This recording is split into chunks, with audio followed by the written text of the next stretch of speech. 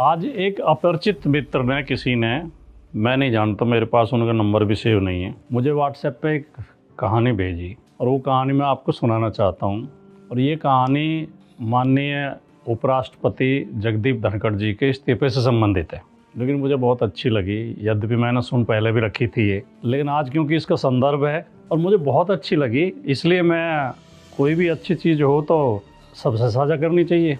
कोई अच्छे ज्ञान की बात हो, कोई संदेश हो, कोई प्रेरणादायक बात हो, तो मुझे ये कहानी अच्छी लगी और इसकी शिक्षा भी अच्छी लगी, इसका संदेश भी अच्छा लगा, इसलिए मैं आपसे इसे शेयर करना चाहता हूँ। कि एक आदमी एक दिन मुर्गा खरीद के लाया और उसे उस मुर्गे को मार के खाना था, लेकिन मारने का बहाना वो तलाश रहा था, बिना बहाने के मारना नहीं चाहता। तो उसने मुर्गे से कहा कि कल से तुम्हें बांग नहीं देनी है, अगर तुम बांग दोगे तो मैं तुम्हें मार डालूंगा। तो मुर्गे ने थोड़ी देर सोचा और कहा, सर ठीक है, मैं बांग नहीं दूंगा। तो अगले दिन मुर्गे ने बांग नहीं दी। मालिक ने सोचा, यार इसने तो बांग दी नहीं। उसने बांग तो नहीं दी, लेकिन वो अपने पंख फड़फड़ा रहा था, क्योंकि बांग देने का उसका मन हो रहा था, पंख फड़फड़ा रहा था। तो मालिक ने कहा कि कल से तुम पंख भी नहीं फड़फड़ाओगे, और अगर पंख फड़फड़ाए तो मैं तुम्हें मार दूंगा। मुर्गे ने फिर सोचा, बोला सर ठीक है, मैं कल से पंख भी नहीं फड़फड़ाऊंगा। अब मुर्गा शांत तो रह नहीं सकता, शांत तो बैठ नहीं सकता। तो अगले दिन उसने ना तो बांग दी ना पंख फड़फड़ाए, लेकिन गर्दन को लंबा किया, जैसे बांग देने के लिए गर्दन उठाता था, गर्दन को लंबा किया। मालिक ने देखा ये गर्दन ऊपर कर रहा है, तो उसने कहा कल से गर्दन भी नहीं हिलनी चाहिए। मुर्गे ने फिर थोड़ी देर सोचा, बोला सर कल से बिल्कुल गर्दन नहीं हिलेगी। मालिक ने सोचा, यार ये तो हर बात माने जा रहा है, इसे मारूं कैसे, उसे तो मार का खाना था। तो उसने अगले दिन कहा कि भाई अब तुम्हें अंडे देने पड़ेंगे, अगर तुम अंडे दो या तो, और नहीं दोगे तो मैं तुम्हें मार दूंगा। तो मुर्गा जोर जोर से रोने लगा। मालिक ने कहा, मौत का इतना डर, कितनी जोर जोर से रो रहे हो? मुर्गा बोला, मैं मौत की वजह से नहीं रो रहा हूँ, मौत के डर से नहीं रो रहा हूँ, मैं ये सोच कर रो रहा हूँ कि अगर पहले दिन मैंने तुम्हारी बात न मानी होती और मैं बांग दे के मरता, अंडे ना देने पर मरने से बेहतर है कि बांग दे के मरता, क्योंकि बांग मेरी अस्मिता है, मेरी पहचान है, मेरा स्वाभिमान है, मेरा परिचय है।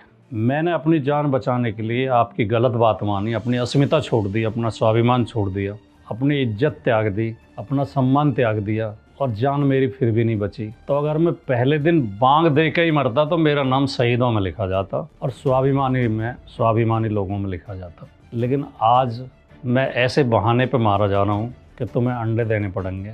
ये कहानी मैं नहीं जानता किसने भेजी, लेकिन मेरे व्हाट्सएप पे आई, क्योंकि उनका नंबर सेव नहीं है, हो सकता है मेरे कोई परिचित ही हो। लेकिन ये इतनी संदेशपरक कहानी है, इतनी शिक्षापरक कहानी है कि माननीय जगदीप धनखड़ जी, आपको पूरा देश देख रहा था जब आप राज्यसभा के सभापति बनाए गए, आप उपराष्ट्रपति बनाए गए गवर्नर के पद से लाकर। उसके बाद आपने जो सरकार की जी हजूरी में जो विपक्ष के साथ अन्याय किया, नियमों को तोड़ा, संविधान को तोड़ा, संविधान की सीमाओं से ऊपर जाके, अपने अधिकारों से ऊपर जाके, जब राज्यसभा में कोई सदस्य कोई सवाल उठाता था तो सरकार के जवाब देने से पहले आप खुद जवाब देने लगते थे।